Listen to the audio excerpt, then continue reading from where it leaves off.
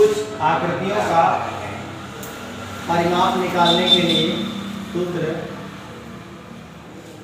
पढ़ेंगे। परिमाप को इंग्लिश में पेरीमीटर कहा जाता है, ठीक है।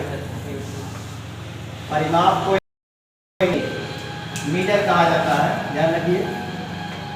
अब इसमें एक आकृति है त्रिभुज। त्रिभुज का परिमाप अगर हमें निकालना हो उसका परिमाप कैसे निकाला जाएगा, ठीक है।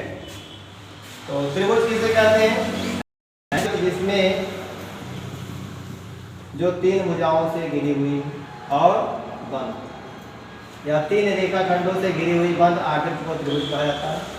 और परिमाप का मतलब होता है, किसी भी आकृति का परिमाप का मतलब होता है उसके किनारे की माप, बाहर का माप, अर्थात उसकी भुजाओं की टोटल लंबाई।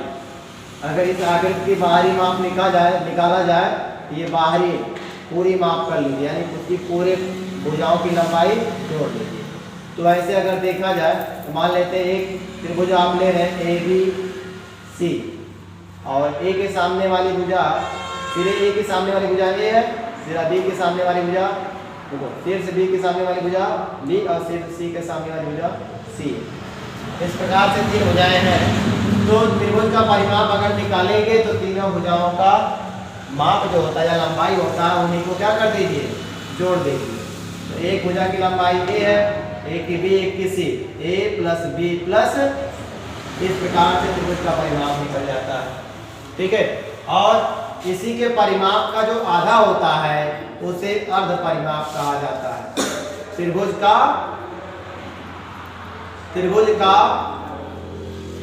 अर्ध परिमाप, अर्ध परिमाप इसे यश से दर्शाया जाता है, ध्यान रखिएगा। और ये इसके परिमाप का आधा होगा, यानी इसका परिमाप a प्लस बी प्लस सी है, तो दो से भाग दे दीजिए, अर्ध परिमाप। और अर्ध परिमाप को स्मॉल एस अक्षर से दर्शाया जाता है। ये त्रिभुज का अर्ध परिमाप हो गया। परिमाप भी हम निकालेंगे तो परिमाप निकालने के लिए तीन भुजाओं को जोड़ देना, और परिमाप निकालना है तो उसी परिमाप का आधा करना है। तो परिमाप a प्लस बी प्लस सी है तो उसका आधा कर देंगे, परिमाप का आधा जो होगा वही परिमाप कहलाता है, उसे स्मॉल एस अक्षर से दर्शाया जाता है। इसी प्रकार से हम चतुर्भुज में आयत का परिमाप निकाल सकते हैं। अब आयत का अगर आपको परिमाप निकालना है तो आयत का परिमाप बराबर क्या होगा? देखिए आयत जानते हैं ऐसा चतुर्भुज है जिसके सम्मुख भुजाएं हैं, सम्मुख भुजाओं का दोनों युग्म आमने सामने के, यानी सम्मुख भुजाओं का दोनों युग्म क्या होता है? समान होता है। यानी ये आपका चौड़ाई है, ये भी चौड़ाई है, दोनों की लंबाई सेम होगी। चौड़ाई भी सेम लंबाई का होगा, यानी सेम माप का होगा, और लंबाई भी सेम माप का होगा, उतने माप का, ठीक है। दोनों का माप सेम होगा, यानी बराबर होगा। ये हो गया आपका आयत। अब इसका परिमाप निकालना है तो सभी मापों को क्या कर दिए, जोड़ दीजिए। 2 बार लंबाई है और 2 बार चौड़ाई है, यल को 2 बार जोड़ना पड़ेगा।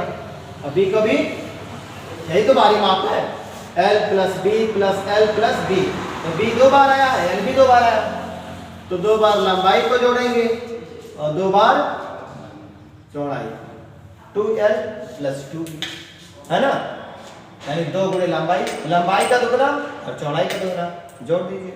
लंबाई को 2 बार जोड़ा तो 2l, चौड़ाई को 2 बार जोड़े तो 2b, तो 2l प्लस 2b। अब देखो दोनों में 2 है तो दोनों में से 2 क्या कर लेंगे, कॉमन, ये हो जाएगा l प्लस b।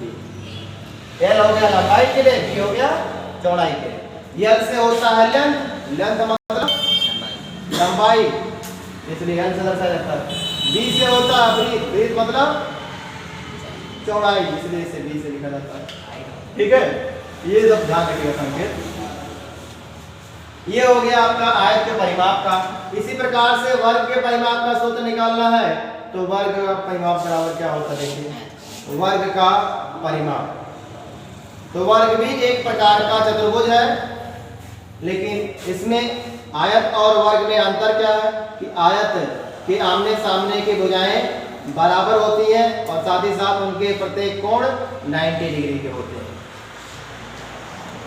इसके लिए कोई विशेष जरूरी नहीं है कि वो चारों भुजाएं बराबर हो आयत के लिए, लेकिन वर्ग के लिए ये जरूरी है कि चारों भुजाएं बराबर हो और साथ ही साथ प्रत्येक कोण 90 डिग्री। इनमें आमने सामने की भुजाएं बराबर होनी चाहिए और प्रत्येक कोण 90 डिग्री आयत में।